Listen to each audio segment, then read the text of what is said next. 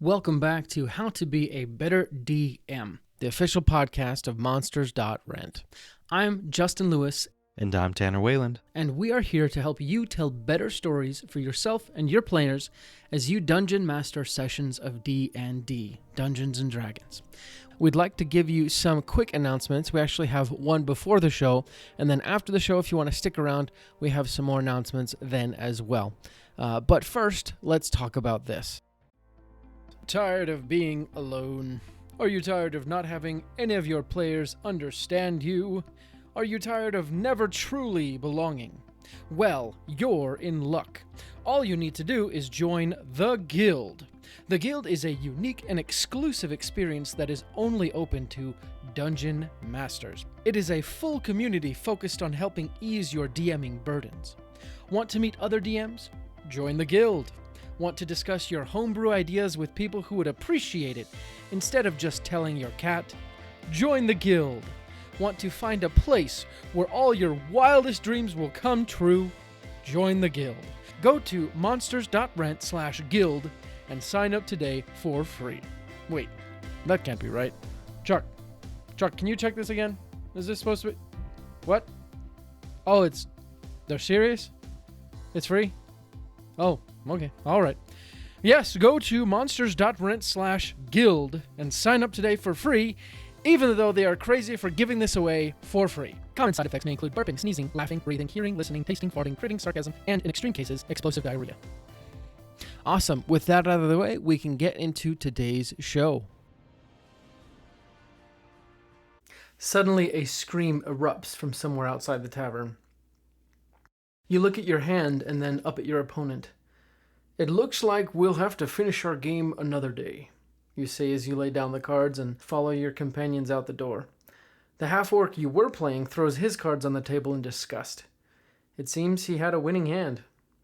You and your companions burst out of the tavern door only to be met by a scene of utter chaos. Townspeople run in all directions except toward the eastern part of town. As you look in that direction, you see multiple pillars of smoke rising into the sky, indicating houses on fire. As you continue looking around, you start to see other pillars of smoke joining from the west, north, and south. You stop a nearby townsperson to ask what was going on. Goblins. Legions of them. They've surrounded the city. You let them go, and they go off to run to nowhere in particular. Belgrin! You look up to find whoever might be calling your name. You spot one of the city guard running towards you. He reaches you and shouts, "The Goblin Chief has surrounded the city. He's captured the mayor and wants to see you. He says he has a quest for you." What do you do? Welcome back to the 8th episode of How to Be a Better DM. This is the show to help you tell better stories as a dungeon master while playing Dungeons & Dragons 5e. Like always, before we get to today's show, let me give you a quick announcement. I'd like to give a shout out to Couchy Audio, who does the audio work for this show. If you need help as far as audio goes, reach out to Couchy on Instagram via @KAHOOTAZ, and he will get you set up. He is awesome. He does work for this show, and he's just been a big help. Now on to today's show. As a DM, you are generally a large part of the energy of each session. This is natural as you provide basically 99.99% of the game. The players provide the rest, but you are the main source of energy. So, here are my tips for keeping your energy high every single session. First of all, before we even get to the tips, you have to realize this, you can't believe otherwise, but you have to know that this is a skill. Keeping your energy up is a skill, and you will have to work on it. It's going to take time. You can even think of it as if you're improving your own personal charisma score. So, with that in mind, let's jump into it. Number 1, take a break right before your session. If you're like me, you go right from work into your D&D session. We usually play on Mondays, and I work right until basically we go to D&D. And that can be really tough. But I find that if I don't take a break in between whatever else is going on and D&D, my energy for the session is very low. So I've had to force myself to either get off early or move D&D back so I can just take a breather, That's number one. Number two is try taking a break in the middle of the session.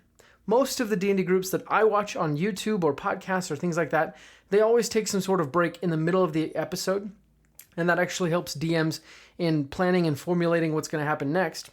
And I found that for me personally, this is somewhat a hit or miss. Sometimes it's nice, other times it feels like it's interrupting the flow of the game. So maybe figure out exactly when you might want to schedule your break and do it strategically.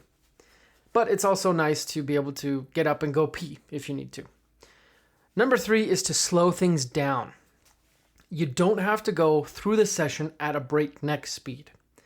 You're working through combat encounters, plot points, and anything else your group is trying to do, including crazy things like find some sort of, blink cat or whatever and raise it to be their own. I don't know. But it's nice to take things easy and slow, because that gives you the opportunity to pour every ounce of energy into every single thing you do in the session. You don't have to do everything, but everything you do should be done well. Number 4 is you just got to let things go. Certain things, not everything. Sometimes getting every single rule right is just not worth it. If it keeps your energy high and allows you and your players to keep having fun, just nix whatever is holding you back or down. Be careful on this though, because it can get easy to derail the gameplay and start causing all sorts of inconsistencies that your players will remember and throw back in your face. But if it's just like damage on a certain roll, just take whatever's easiest and move on. Number 5 is to get a good night's sleep beforehand. This one might seem like a big duh, but if you aren't getting enough sleep, then there's no way you'll be able to give your players a fun-filled evening of twists and turns with interesting plot points and fun characters. There's just no way. I think this might even be a great point to mention that I personally believe that drinking energy drinks or alcohol is not a great tip for making sure you keep your energy high.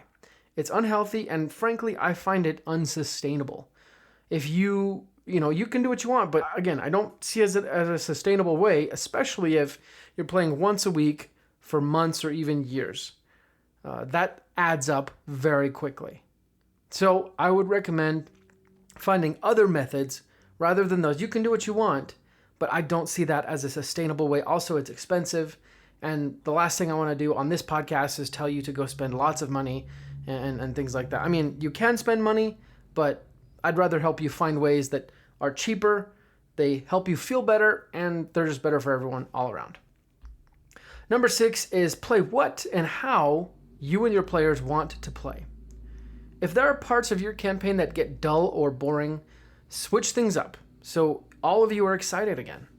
If you're following an adventure book, add some things in that the book doesn't have.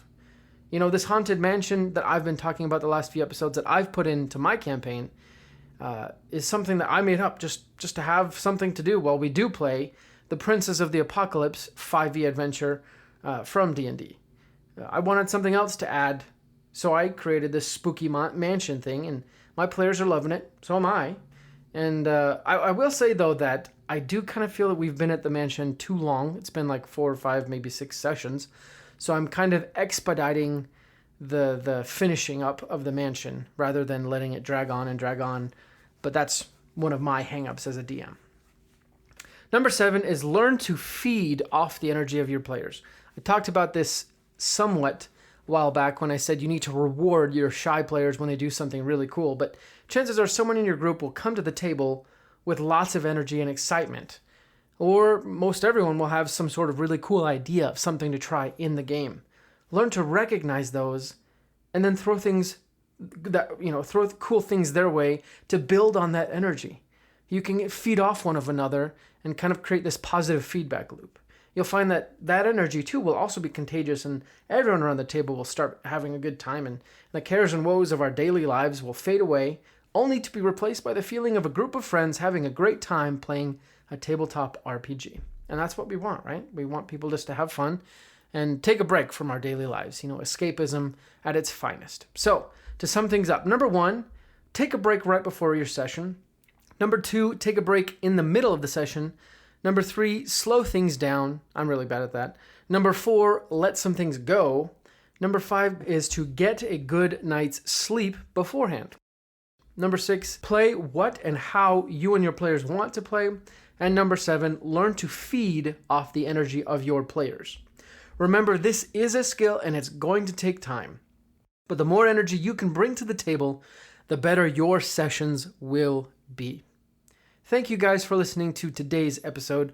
Please follow the show wherever you are listening to podcasts, Apple Podcasts, Google Podcasts, whatever. And never miss a single episode. Also reach out to me on Instagram at Geronimo Levis with any questions, suggestions, or even just to let me know how you or your companion or your campaign are doing. I'd love to connect and hear your stories, and if possible, maybe share some of them on the podcast. But come back next week for another awesome show. Until then, my friends, let's roll initiative. Thank you for listening to today's show. We really appreciate your support and your patronage. We have a few more announcements to go over. First, did you ever fall in love with the library as a kid? It was a place where you could experience 1,000 stories without having to buy 1,000 books. That is what Monsters.rent can do for your D&D campaign. You can rent and swap out as many quality miniature monsters and creatures for your D&D party as you could ever want, without having to buy them. You can rescue villagers from a kobold camp, or lead your party through the fighting forest, or many more adventures. We're coming out with new bundles all the time. Just sign up for our subscription to get access to your own personal library of minis. Go to monsters.rent to find out more. That's the website. Monsters, with an S, .rent. Get your library pass to a world of minis today. We also wanted to let you know that today's episode is sponsored by Stardust and Dragons. I'm going to let one of the cast of Stardust and Dragons, Christian Hatcher, and his crew tell you a little bit more about it. This August, a new adventure podcast is coming to a platform near you, filled with action. Shoot one of the two of them. We can't keep taking hits like that. Drama. Everything that she's been doing, everything she's going to do, finally sets in. And Stardust. Help! Help! Someone, please! Find out more about this epic odyssey at stardustanddragons.com, where adventure awaits in the stars. That's all the announcements we have today. Again, thank you so much for everything you do for us. You make this show possible. Like we said before, we'll be back next week with another great episode, and until then, let's go ahead and roll initiative.